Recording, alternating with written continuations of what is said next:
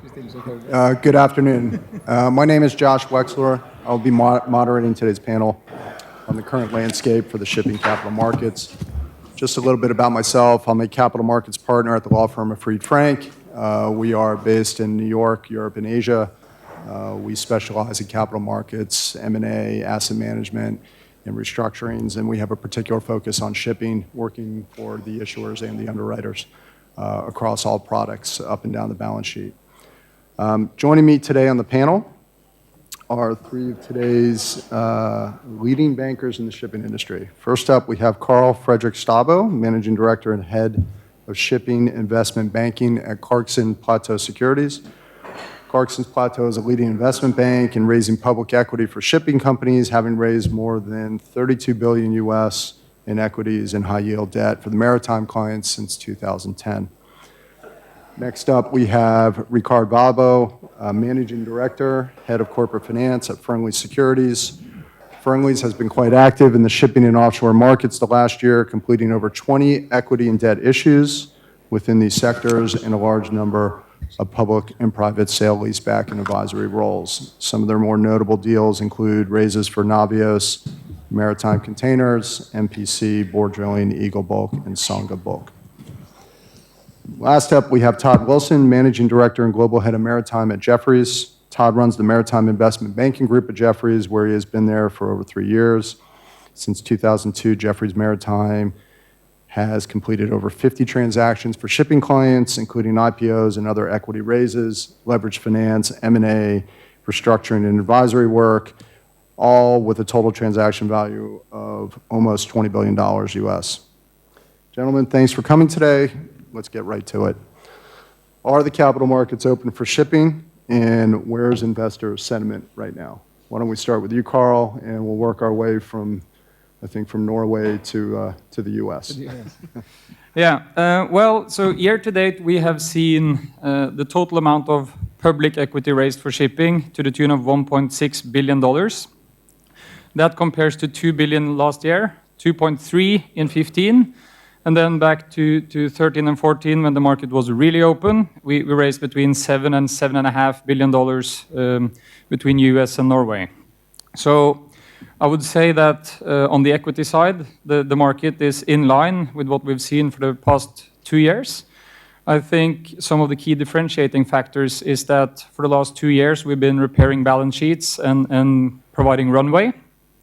This year, we have been raising equity to capture growth opportunities, primarily between dry bulk, LNG, that's primarily new builds, dry bulk was primarily secondhand, and most recently, containers. On the debt side, however, we have seen the most active year. This is then measured by Norwegian high-yield bond activity, where we've seen 1.6 billion there also, which is the highest number since 2014, which saw 2 billion. So I would definitely say that the debt capital markets is open for shipping, and we've seen a lot of activity as of even after summer. And to answer your last question, container is the sector that's sort of most in demand at the moment, given the distress in the sector, and I guess a similar pattern to what we saw in dry bulk last year, and several investors that have made 2 to 3x their capital investing into dry bulk 12 to 18 months ago are now trying to replicate that in the container space. Rikard? I have to say I completely agree. The markets are open. We have seen a lot of new equity transactions started off in second half 2016, continued the first half up until summer this year. Right now there's more activity and focus on the credit side, but I think in general markets are open for the right opportunities, both in US and also. Yeah, I don't disagree. Obviously, there's a lot of activity. I think more so in Norway than in the US, especially on new capital raises, so IPO front.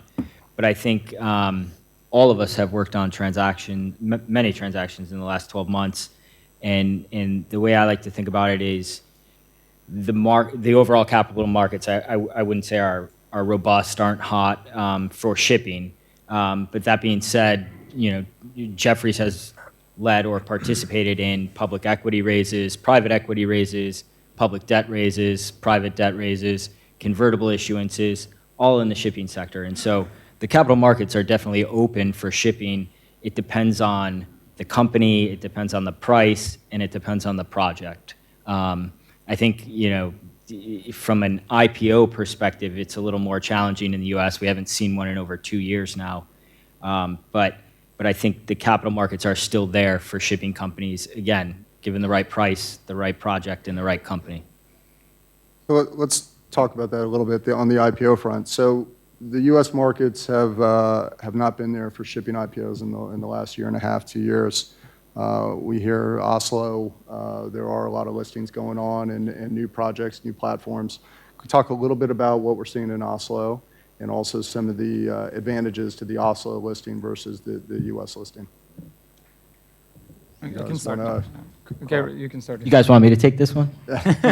Yeah, Todd, please. Well, I guess if I start at the end, there has been a lot of activity in Oslo. The IPO market has more or less been closed since 2015, where we saw the last commodity shipping IPO. From 13, 14, and 15, I think we saw somewhere mid-20s IPOs in Oslo and New York. There hasn't been any new transactions since.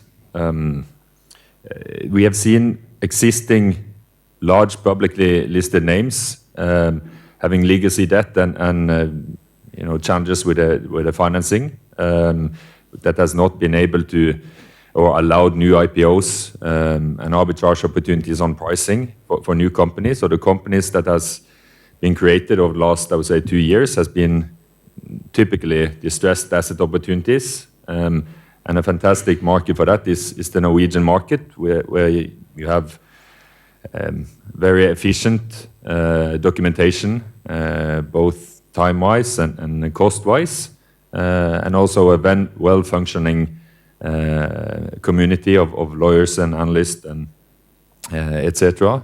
And you're able to tap the capital market at a very speedy process and tap the same capital sources, or to a large extent the same capital sources as you do in a typical US IPO, which tend to take 6 to 8 months. You can be able to raise, 200, 300, or even Bow Drilling, which raised $800 million in a week or two. Yeah, I think what we've seen is more or less nothing outside of the norm. The Oslo market and the OTC in particular is very efficient to capture growth opportunities, as Rikard was saying. I think one of the key differentiating factors is obviously speed to market, but another important differentiator is that you can tap the market numerous times if you find more interesting investment opportunities within a short time frame. So if you IPO in the US, you cannot raise any additional equity for the next 12 months. So you've done one deal and you're handcuffed for 12 months. Whilst in the Norwegian OTC, there's no such restriction, neither for the full Oslo Stock Exchange. So that means that you can go quite aggressively at a market opportunity that you see and build a large and liquid platform that cater for the real purpose of being listed, which is obviously to create a currency trying to trade above NAV and also have second-hand liquidity in your stock. One example of such is as Rikard say, Bow Drilling that raised $160 million in December and then came back in January and raised another 800. Another example is back in 2013 when Scorpio Bulkers was created. We raised $1.2 billion in 4 consecutive equity offerings, all within 6 months. So you can go quite quickly, quite aggressively if you have the right projects. Do you see the Oslo listing, the end game, is that a first step to a U.S. listing down the road? I think, just to start off, I think here there are also a few misconceptions. So you have the Norwegian OTC, which is a stepping stone, for sure. no one should be on the NOTC as their end game. But once you're on the NOTC, that's what captures the sort of speed to market. Then you have to migrate from there to what's a full listing. And then we believe there are two real venues to go. It's either a full listing in Oslo or it's a full listing in New York. So the Oslo market needs to be divided between the NOTC and the full listing on the Oslo Stock Exchange. I think once a business is more mature and has more dividend capacity, we've seen that you can more often than not create better second-hand liquidity and get better pricing by going to the US. But one important requirement there is that you have a sufficient enough market cap. So if you're not big enough and you have another sort of natural link to Norway, you're better off to list in Oslo. Todd, do you want to talk a little bit about the criteria, that U.S. listing and that market cap, what it takes to really do the U.S. listing? Sure, and let me touch on a couple of points just on the OTC market, which I think is a great tool for a startup company, a clean company, which I think is key, is that these companies that are raising capital are clean companies, meaning they're not over-leveraged, they haven't suffered some of the pains of the past few years where companies were over-leveraged at higher asset values. Asset values are lower today. Now they're really over-leveraged. So I think there is investor demand, and I think U.S. investors are playing some of these OTC issuances. I think a couple of things. One is scale, obviously. The U.S. markets prefer a bigger company, and I don't have a silver bullet for size. I mean, it's going to be specific to the opportunity, but minimum 250 million of equity value, and more likely 300 to 500 million of equity value is really what's required for a U.S. IPO. But I think before we even go there is investors have to start seeing some return on some of their shipping investments, right? So you haven't seen many total return stories in the shipping space in the last 2.5 years on public stocks. And so I think maybe putting aside some of the LNG spaces or some of the high dividend pairs, I think you really need to see some of that happen before investors in the U.S. will start to say, you know what, now's the time for a new shipping IPO and a new company.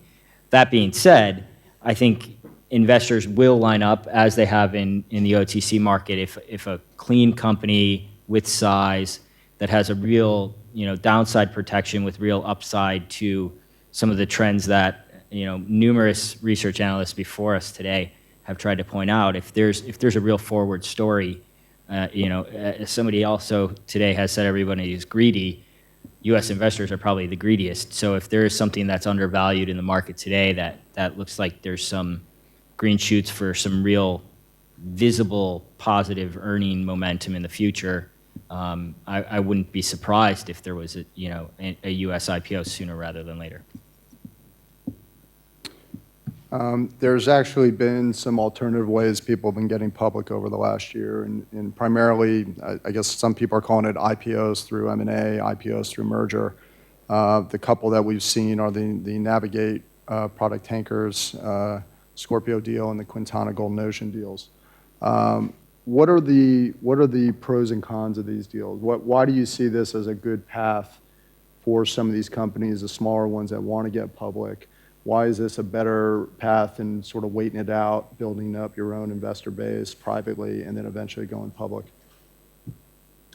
Going public through an M&A, we have seen Quintana and Golden Ocean, Navigate, and Scorpio, to mention a few. I guess with the limited opportunities for a new IPO today, there is not really an alternative to create a liquidity event. You can, of course, sell your company, but to retain a potential upside, combined with a larger entity, create exit opportunities for yourself. I think the combination with a private and public company is a great opportunity for both the existing company that potentially are not able to raise fresh capital at that point, but to do a cash and/or share deal with a private company creates growth opportunities without needing to go out raising fresh capital in a challenging market. So I think we'll see more of that going forward.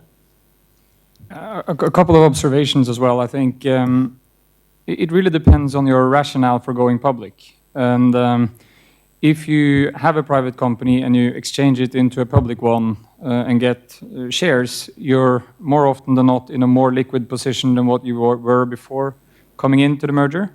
Also, if you're not seen as a sort of the driving force behind the public entity, it's a lot easier to trade around your position, either increase or decrease, as you move through the cycle. I think once you are seen as the sponsor behind a listed company, your position is a lot more locked. Another observation is that, at least for now, the soft markets has driven the drive towards M&A, if you like. And in some of the instances, it's been a drive where you have to see the one of the entities being in need of capital injection, and putting your company into another company, whether it's the company being acquired or the acquirer. That brings you arguably an excuse to increase the capital base, but not only focused on the existing platform. Yeah, I think my colleagues here have hit the nail on the head, but I would just add there's a couple of things that I think drive this IPO through or IPO by M&A, and I think it's, look, there aren't a ton of synergies in these deals, right? I think everyone out there operates their vessels as efficiently as they can, and so it's not like you're going to create a ton of synergistic value by combining two companies. The question is what are each side getting out of this, and where are they willing to compromise? So the historical hindrances to M&A in the shipping space are valuation and relative valuation, and are my ships better than your ships, right? And so if you can put aside that and agree that all ships are valued equally, and combine on a relative value basis, that clears that hurdle. So if you're willing to sit down and negotiate to that, then it comes to social issues and governance. And I think it's what's driving this. Is there enough quote unquote value, right? Maybe it's through, you don't have to raise capital on your own. You can now raise capital through the public company. It's dilution through a bunch of shareholders, not just yourself. And then are you willing to cede control, right? There's still a holdup, I think, in the sponsor world. People ask me all the time, what are these private equity companies going to do that have fleets and funds that don't have an indefinite life? And the question is, are they willing to cede control of a private company, which is what their bread and butter is, to take passive shares in a public company? And it's a really tough decision point, I think, for some of those fund managers. And so the catalyst, again, to me, has to be, what are they getting out of it? And are they getting enough liquidity? Because remember, there aren't many shipping companies with over $1 billion market cap. So are they getting enough liquidity out of this? And are they getting something that their investor base, their LPs, will view as a positive move forward for the fund and for that particular asset? Do you guys see any advantage to doing a sort of direct listing as a first step to get that transparency going, to get the corporate governance going? Maybe not necessarily a capital raise yet, but doing the listing as a first step to ultimately an IPO. Have you seen that model, and are you seeing that as a trend anywhere? So you're saying listing without actually raising capital? To be honest, no. I haven't seen that as an attractive tool. I've talked about that with several companies. The issue with that is, what does that get you, right? I guess you have a public listing now, but in order to get a following, have research, you really need to raise capital, have some underwriters on there, and really get the story out there, broaden the investor base. So I don't think being public for the sake of being public, it's costly, one, and two, it doesn't really get you what you want out of a public listing, right? It might fast forward you a couple of months, but I don't think it solves anything. Okay. Why don't we switch gears a little bit and let's talk about some of the other capital raising techniques people are doing right now, in particular the bond market. Clearly, there's the U.S. bond market and the Norway bond market, and I think there's a lot of competition between the two in launching that as a product. Pros and cons to each of those. Maybe we can run through that both from a perspective of each of your banks. Yeah, can start off. I think as for the equity capital market, Norwegian markets are not anywhere near as deep probably as the general US market, but again it's efficiency. And if we look at the bond processes, the process of raising capital in a bond, in Norway you typically do it on a private placement. Investors are subscribing through the term sheet in a private placement and will not require a prospectus as you will do in a typical international bond raising. The due deal is less extensive. Execution here takes typically 3 or 4 weeks versus 10 to 12 weeks on an international bond process. And there's some pro and cons on that. And I would say the pros for Norwegian process is swift process. It's cost efficient and very, very well suited for smaller issues, especially. But again, on the negative side, it's probably less liquid than an international placed bond.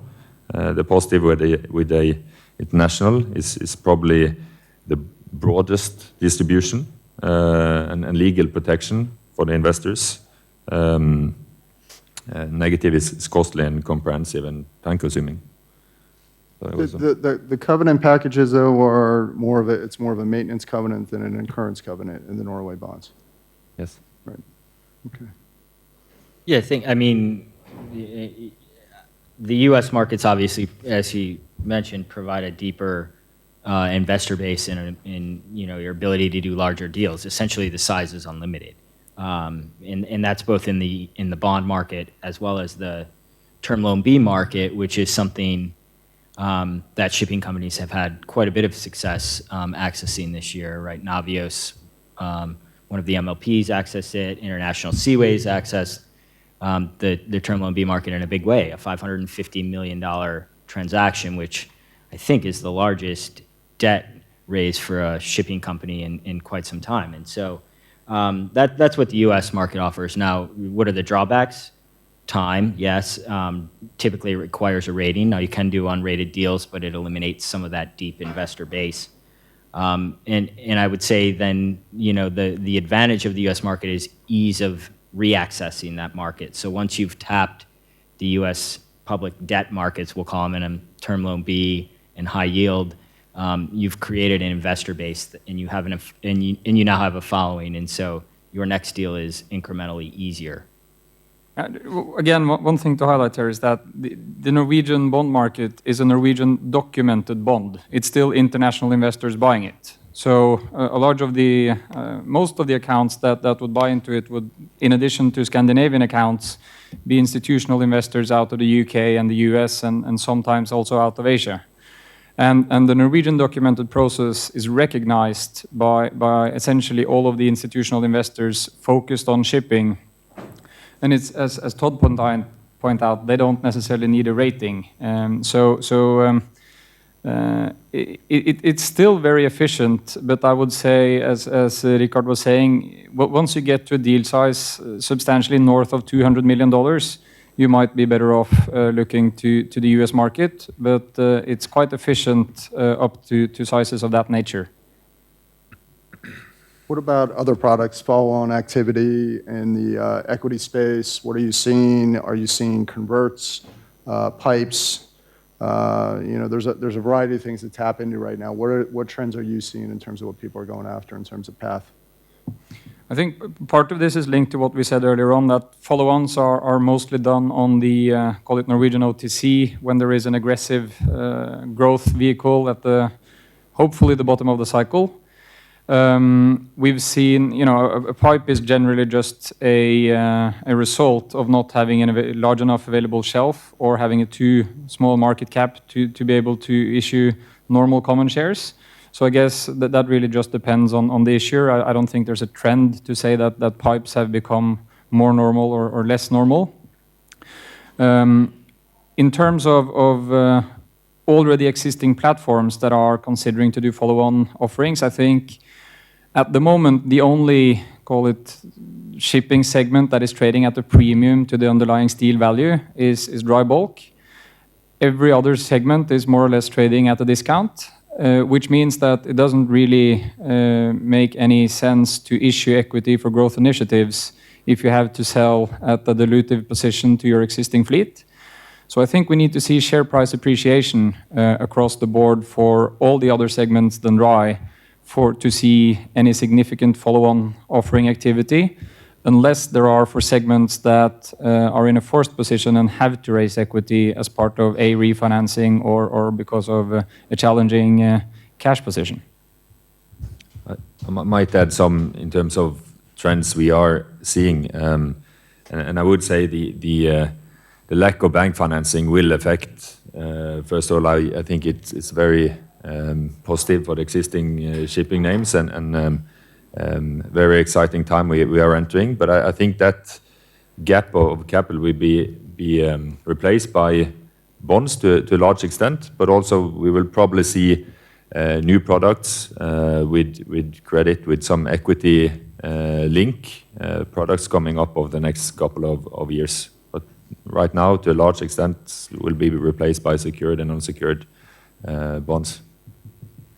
Yeah, I mean, I think Karl hit it on the head with, there are equity deals to be done, but at what price, right? So if the entire sector is trading even at asset value, any deal you're going to do is going to come at a discount to that. So is it a project that still makes sense if you're raising equity, diluting your existing shareholders below asset value?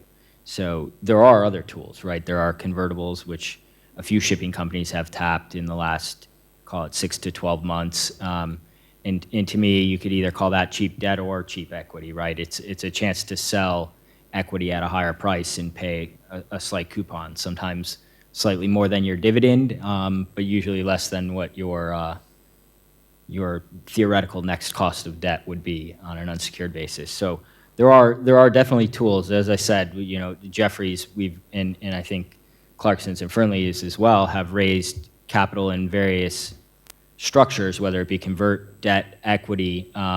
It all matters on price, structure, and really the underlying project, right? I think we've talked about some of the rescue financings that have happened, and I think more prevalent this year has been more clean companies or clean projects where investors are putting their money into something that they view as little or relatively little downside and a lot more upside, just given where asset values are today. Looking ahead, crystal ball, what do you guys see? I couldn't hear. Besides the alternatives here. What's your outlook? What do you think of where the markets are going? Outlook, which markets? Shipping, equity? Shipping by sector, and then by product.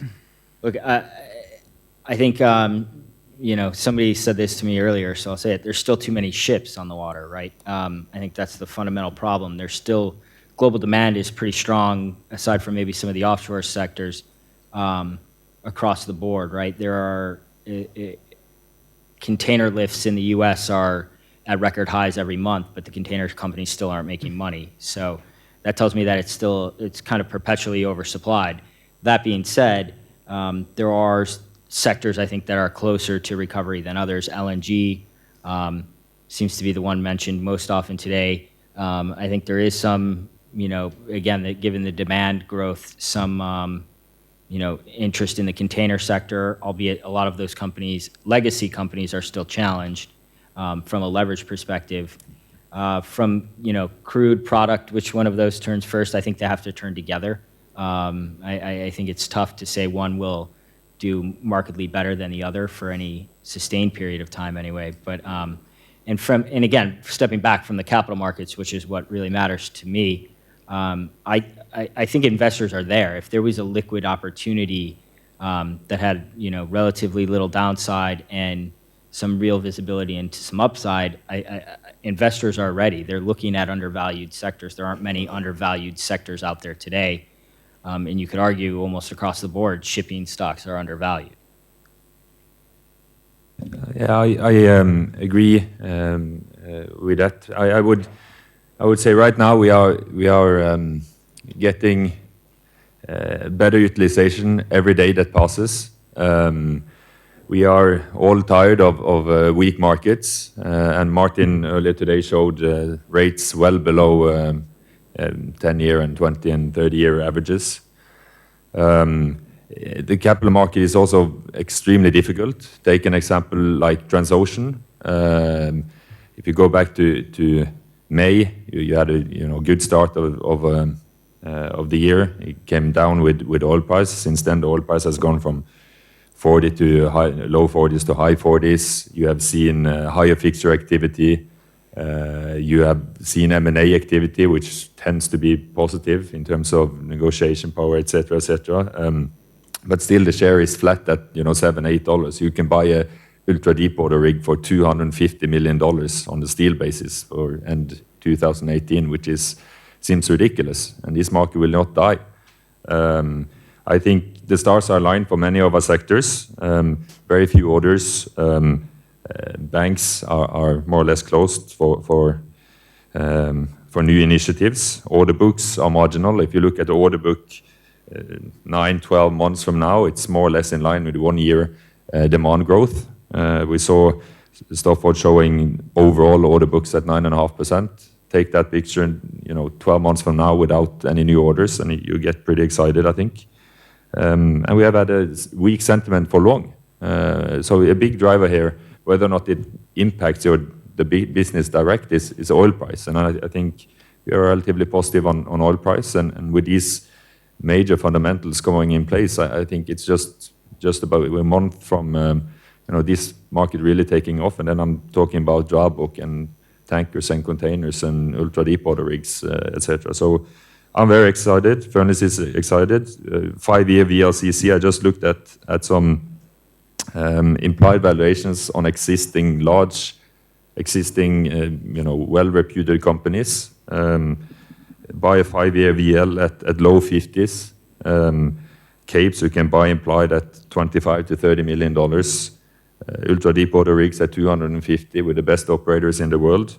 I think we are now in a period with a great risk reward and positive outlook going forward. Yeah, I definitely agree. I think it's reason to be very optimistic. It's interesting to hear that drill ships are also in demand. But as Martin said earlier on, we are at historical low order books. For the investors in this room, you can buy companies, public companies, at a discount to historical nominal low asset values. And you have a real demand pool more or less across the board. So we are very optimistic to shipping outlook and hope that people will hold off ordering new builds for a bit more so we can see some real rate recovery. That was very good. You finished just under the clock there. So thank you very much. Thank you for your time today, and thank you all for listening.